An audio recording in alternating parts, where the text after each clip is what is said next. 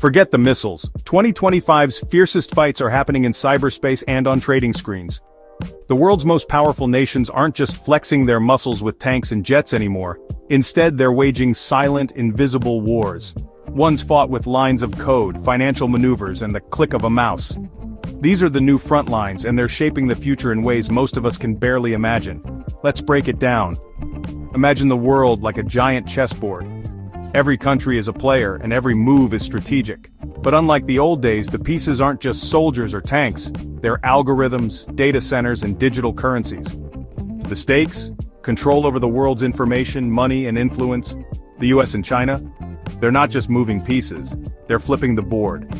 These two superpowers are locked in a high-stakes rivalry, each determined to set the rules for the digital age.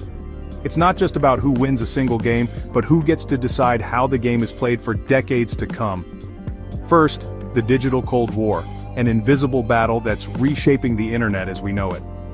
The US has slammed the door on Chinese companies accessing advanced AI in the cloud.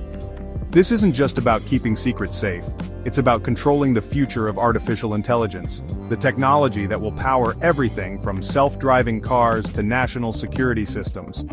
By cutting off access, the US hopes to slow China's progress and keep its own tech edge. In response, China's building its own tech giants, think Huawei and Baidu, like a digital Great Wall. These companies aren't just making smartphones or search engines, they're creating entire ecosystems, from cloud computing to AI chips, designed to be independent from the West. It's a race to see who can build the most powerful, self-sufficient digital empire.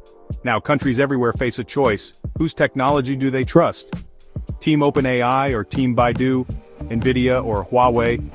It's not just about gadgets or apps, it's about aligning with a vision for the future.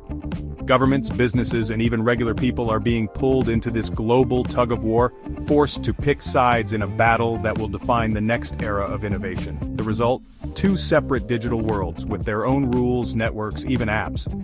Imagine a future where your favorite social media, your banking app, even your online games are only available in certain countries. The internet, once a global village, is fracturing into rival camps, each with its own standards, its own security, and its own vision of what's possible. It's like a new Iron Curtain, except this time it's made of code. Instead of concrete and barbed wire, it's firewalls, encryption, and digital borders.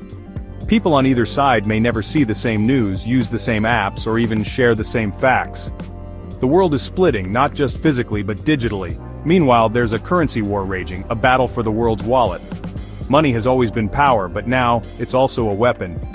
The US dollar has ruled global trade for decades, giving America enormous influence over the world economy. But that dominance is under threat like never before.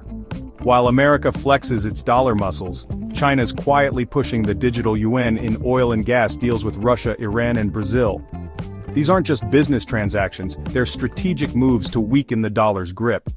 By convincing other countries to use its digital currency, China is building a parallel financial system, one that could eventually rival or even replace the dollar in global trade. BRICS nations are skipping the dollar and more of the global south is joining in. Countries that once relied on the US for trade and finance are now exploring new alliances, new currencies, and new ways to do business.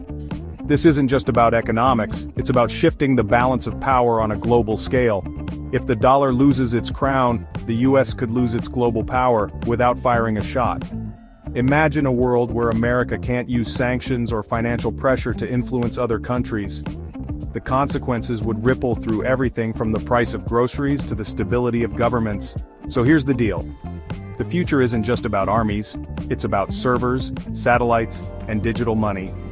The new superpowers will be those who control the flow of information, the security of networks, and the trust in digital currencies.